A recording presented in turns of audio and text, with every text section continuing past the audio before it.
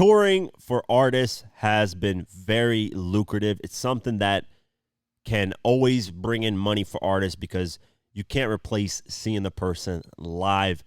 And this year, a lot of artists are touring from new to old.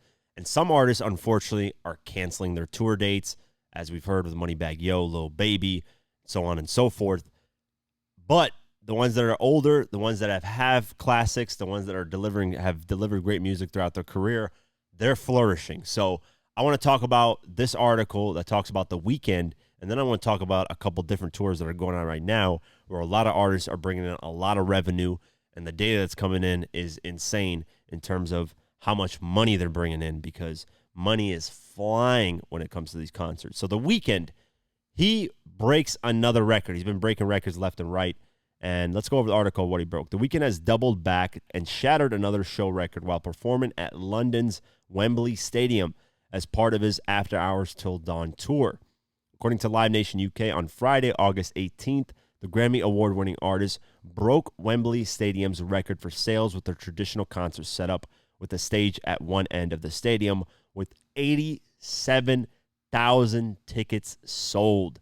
That is insane. I wish we could see the money numbers from that. Once the Weeknd caught wind of the achievement during the last date of his European tour, he reposted it on his Instagram stories after the XO co-founder Cash posted it on his first.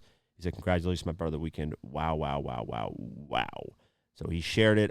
This is the second consecutive time the Weeknd has accomplished a record-breaking feat. Back in July, the XO leader broke the record for the highest attendance during a two-night stint at London Stadium, which drew in 160,000 fans. That is insane. Imagine, like, when I see on my YouTube numbers 100,000 views, I'm like, it's all right. But just imagine 100,000 people in person. That is ridiculous, man.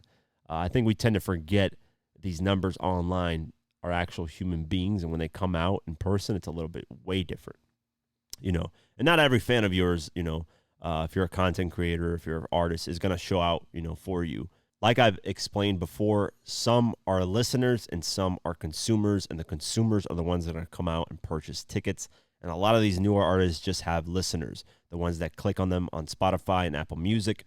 And a lot of these older artists have consumers, the ones that are going out there, you know, to your concerts, buying things that you're listing online, whether it's clothing, merchandise, whatever the case may be, buying albums, CDs that they still buy. Some are still sold as CDs. So it's clear the Weeknd has a lot of consumers, people that are actually fans of his content and not just listeners, because a lot of these newer artists, man, they just got listeners. They have these insane Spotify numbers, but they're canceling their tour dates. So that's just the Weeknd. Let me talk about 50 Cent and what he's done with the Final Lap Tour. This is there's a Twitter account called Touring Data, @TouringData, and they reveal numbers of how much revenue some shows for artists have brought in. So for the 50 Cent one, the Final Lap Tour, when he performed at the Barclays Center for 2 nights in a row, this is the revenue he brought in: $2.7 million at an average per show at $1.3 million, with 26,182 tickets sold, 13,000 on average, and about the ticket price average of $105.62. And this is only 2 shows. So 50 Cent, without being relevant musically in probably since 2011 with Jeremiah's Down on Me, like musically having a hit on the charts that featured him, because that wasn't his hit. But his own hit, it was probably 2007 was the last time he actually had his own hit. You could argue maybe 2009 with Baby by Me, but 2007 was really the last, like, hey, hit, AO Technology, I get money. So the fact that he hasn't had a hit in such a long time, let's just say over 12 years, and is still doing these numbers, just shows that 50, alongside The Weeknd, alongside these other artists I'm going to discuss, they have consumers, they have loyal fans, and these artists have delivered classics. They've delivered great music.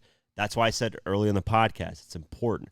Take your time to deliver great music, to deliver great products. That's why I take my time in the documentaries I do. I don't rush them. I know sometimes I announce dates, and you guys are mad. I don't make it, but me, I pay attention to details. I pay attention to so many things that you guys just kind of, I'm sure you guys don't even notice. You guys just watch it and enjoy it, which is perfect because you guys don't have to notice it. That's not my point in that. I notice these things. I notice if I mess up. I notice, you know, if this text isn't where was supposed to be aligned, if this graphic didn't move the way it's supposed to.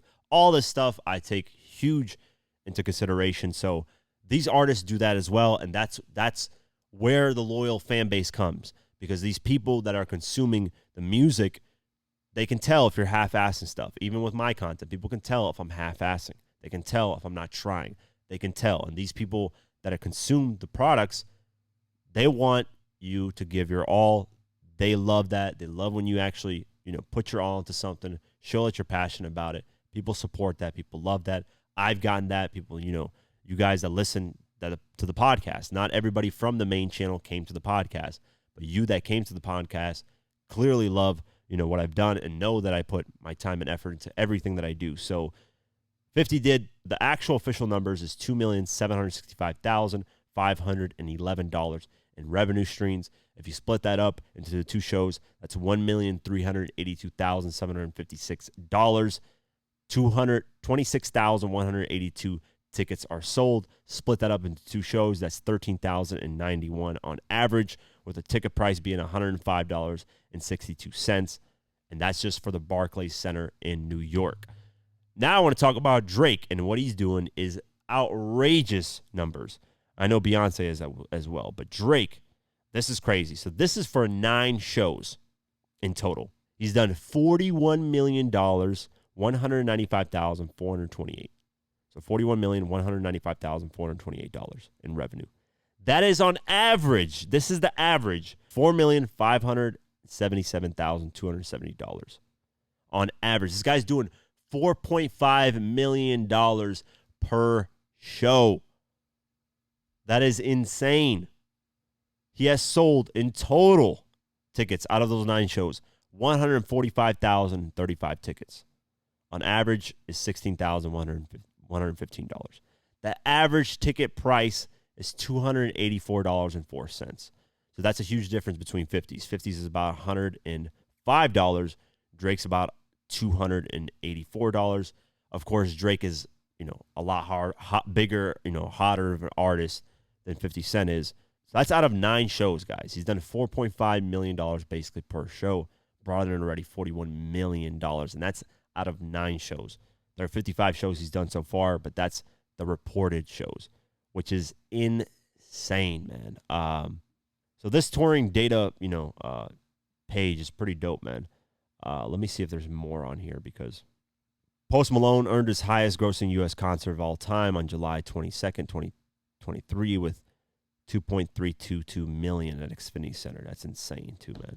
These numbers and the amount of money these places are getting is ridiculous, man. So yeah, I found that very interesting in the numbers. I think it proves a point that if you focus on your craft, focus on making great music, focus that music that's going to stick with people, because there's so much music coming out daily, every single day, that you need to create content and music that is going to stick forever with people, that when they actually listen to you, they want to be consumers and they actually want to go out to the shows. Because, you can clown Soulja Boy, but right now he's doing a tour, man. He might not be selling out, huge arenas, but he's selling out 5,000 at least per show. 5,000 people, man, average ticket at $50, $100, you're clearing at least what? Let me do the math on that. I'm terrible at math. But Soulja Boy is doing probably his own damn thing as well. I don't know what I'm just throwing up numbers right here, so I don't know. Let's just say $120 is per ticket. Let's do 5,000. Look at that, $600,000 a show. That's Soulja Boy, and that guy hasn't had a hit in ages. So that's what I mean. 50 hasn't had a hit in ages. A lot of these artists touring haven't had hits in ages, besides the more recent ones. So, and they're doing numbers because their music lasts, man. People fuck with the great music. They want to go there and listen to it live, So shout out to all these artists doing great numbers and great things, crazy numbers. And this year just seems like the year of touring where artists are doing insane numbers. Have you been to any of these tours, by the way, guys? Have any of you been to any of these tours? Have you enjoyed them? What'd you guys think? Whether it's Beyonce's, Weeknd's, 50's, Nas and Wu-Tang are doing their thing, Post Malone, all these other, Metallica is doing tour, all these different genres, all these people touring. Have you been to any of these shows, and which one have you been to and have enjoyed? Let me know.